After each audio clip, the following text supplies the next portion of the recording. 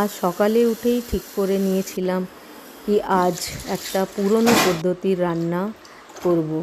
এসব রান্না মনে হয় আজকাল কিছু ক্ষেত্রতে বা কিছু ঘরে আছে, আর কিছু ঘরে মনে হয় উঠেই গেছে। ওই শর্টকাট রান্নাই বেশিরভাগ লোকে করে, কেননা সময়ও থাকে না, আর হাজব্যান্ড ওয়াইফ দুজনাই চাকরি করে, তো এত কিছু বোধহয় ভাবতেই পারে না, শর্টকাট কিছু একটা রান্না করে। তো আজ আমি রাতেই ডাল ভিজতে দিয়েছিলাম, যেহেতু আমি লাউ নিয়ে এসেছিলাম। তো ডালের বড়া দিয়ে লাউ দিয়ে আমি তরকারি করব। এই তরকারি আমাকে পুরনো দিনের কথা আবার মনে করিয়ে দেয়। এসব পুরনো পদ্ধতির রান্না, এসব আমি মাকে, মাসিদিকে, বড় মাকে আমি প্রায় রান্না করতে দেখতাম। তখন তো আমরা ছোট ছিলাম, আর ওই ডালের বড়াগুলো বানিয়ে রাখতো, আর আমরা উঠিয়ে উঠিয়ে ওগুলোকে খেয়ে নিতাম। তো আবার থেকে মানে ডালের বড়া আবার মানে ভাজতেই যাচ্ছে, আর আমরা উঠিয়ে উঠিয়ে খেতেই যাচ্ছি।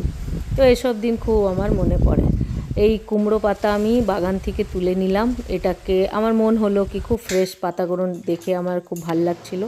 তো এইগুলোকে কুচি কুচি করে কেটে নেব, আর লঙ্কাও কুচি করে দিয়ে দেবো, একটুখানি নুন দেব, একটু হলুদ দেব, আর সামান্য পরিমাণে একটু আমি চিনিও দেবো। বাঙালি রান্নাতে চিনি দেওয়াটা তো খুবই মাস্ট।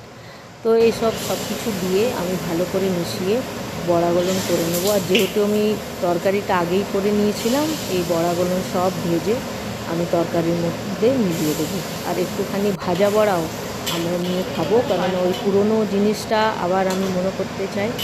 তো আমি, আমার ছেলে, আমার মেয়ে আমরা এই ভাজা বড়াটাকে খাবো।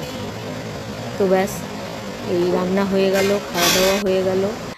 আর সন্ধ্যের সময় আমি চলে এলাম আমার ছাদে। এই সময়টা না খুবই ভালো লাগে, বেশ হালকা হালকা ঠান্ডা হাওয়া, আর পরিবেশটা খুব শান্ত।